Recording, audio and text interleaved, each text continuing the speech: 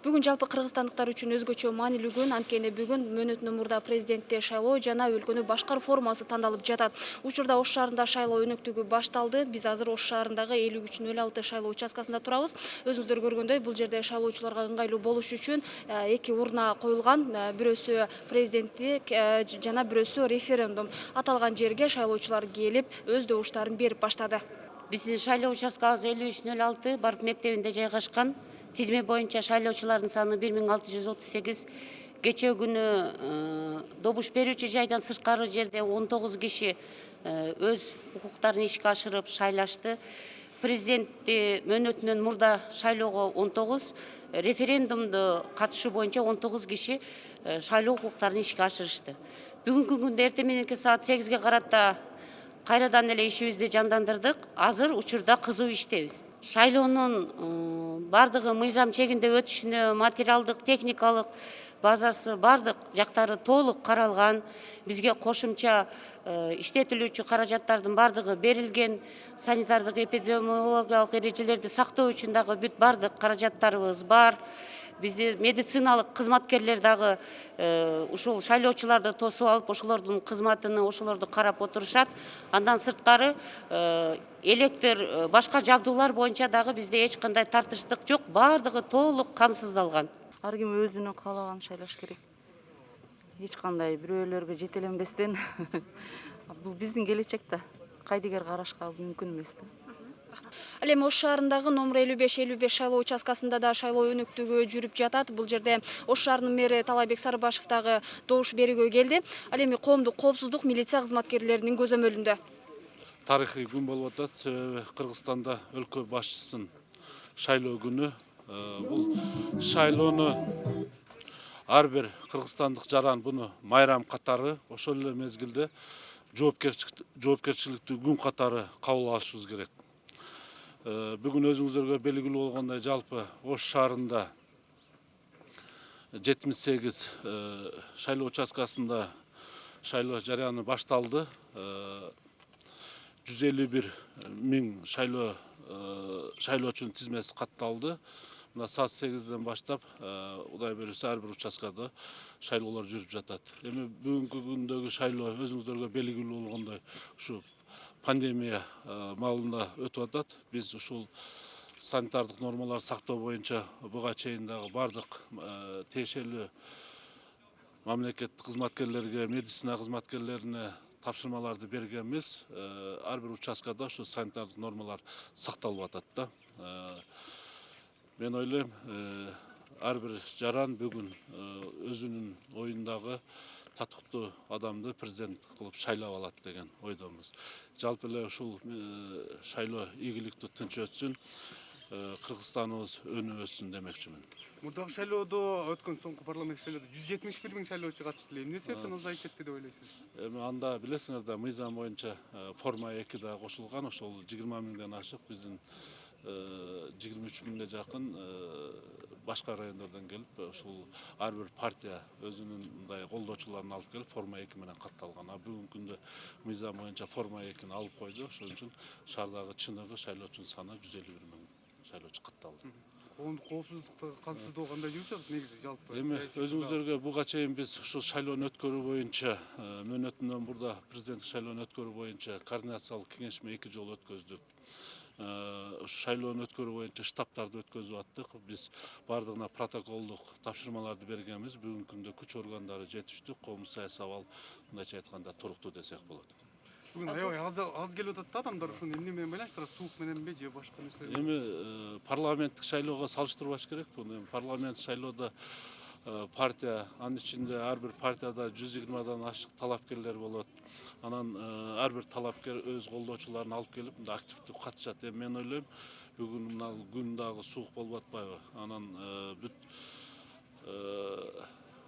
Elimiz daha tуура түшүнүү менен мына күндүз саат келе баштайт деген ойдобуз да. Мен мүмкүнчүлүктөн пайдаланып жалпы шаардыктарды ушу шайлоого бир активдүү, жоопкерчиликтүү катышып берүүсүн суранат элем мына сиздер аркылуу дагы. Шайлоо участкаларында мына урналардын мындай бир мүчүлүштүктөргө учураган эртең мененден бери байкалып атат деп айтып атышат да. Ушул эле шайлоо участкасында дагы 1 саатка ушул жана урналар иштебей калыптыр да. Техникалык жактан кандай талаптар? Бул боюнча шайлоону өткөрүү боюнча атайын Борбордук шайлоо комиссиянын бул шайлоону өткөрүү боюнча булар милдеттүү. Буларга баардык материалдык колдоолор баардыгы көрсөтүлгөн. Жергиликтүү бийлик тарабынан да мына өзүңүздөргө белгилүү болгондой ушу санитардык нормаларды сактоо боюнча эмне керек болсо мына биз толук өзүбүз тараптан жардамдар берилдик. Эми бул техника эми мүчүлүштөр кетиши мүмкүн. Бул эми баардыгы Борбордук шайлоо комиссия аларды жооп берет деген ойдомун. Кээ бир шайлоо участкаларында төрайым төрагалар баягы прессаны киргизбей, ошол техниканын бузулуп калганын себеп кылып киргизбей атышат да. Аларга бир Эми силер аккредитациядан өткөнсүңөр да бүгүнкү шайлоону өткөрүү боюнча. Андайга киргизбей коюшу мүмкүн эмес. Эгер ошондой болуп атса, мен азыр Борбордук шайлоо комиссиянын мына Оштогу шаардагы жетекчисине тапшырма берейин, андай кетирбесин. Себеби Жогорку кеңеште шайлоо болуп атканда киргизбей койду эле могу ХПК жактан.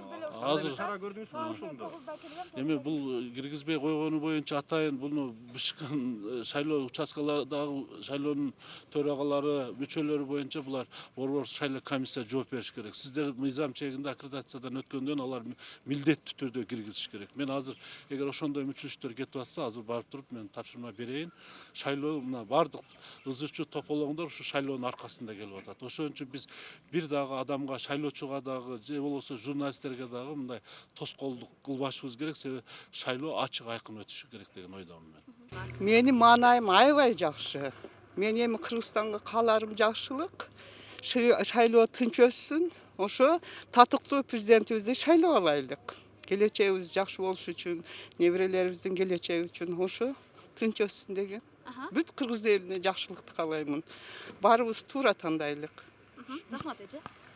Саламатсызбы? Жакшы. Маанайыңыз кандай? Бүгүнкү шайлоодо кандай шайлап чыктыңыз? Жакшы, аябай жакшы.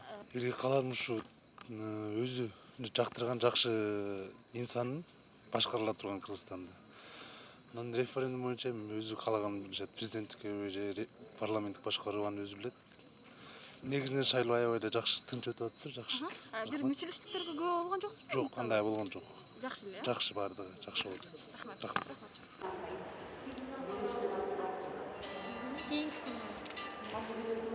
Алып кайра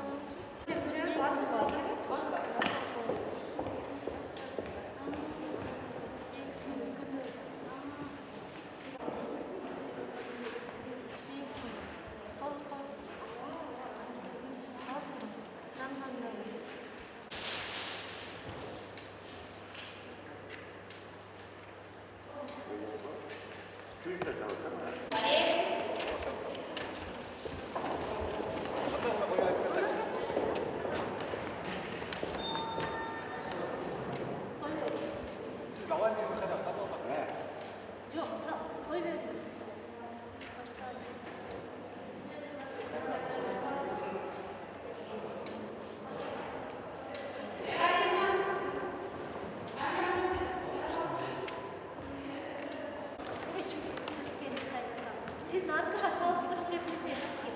Arkadaşlar.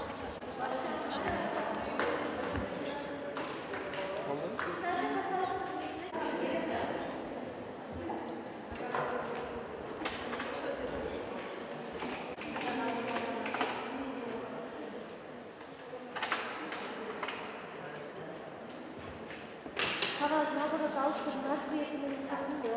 Başın her iki kişi olmuş oluyor.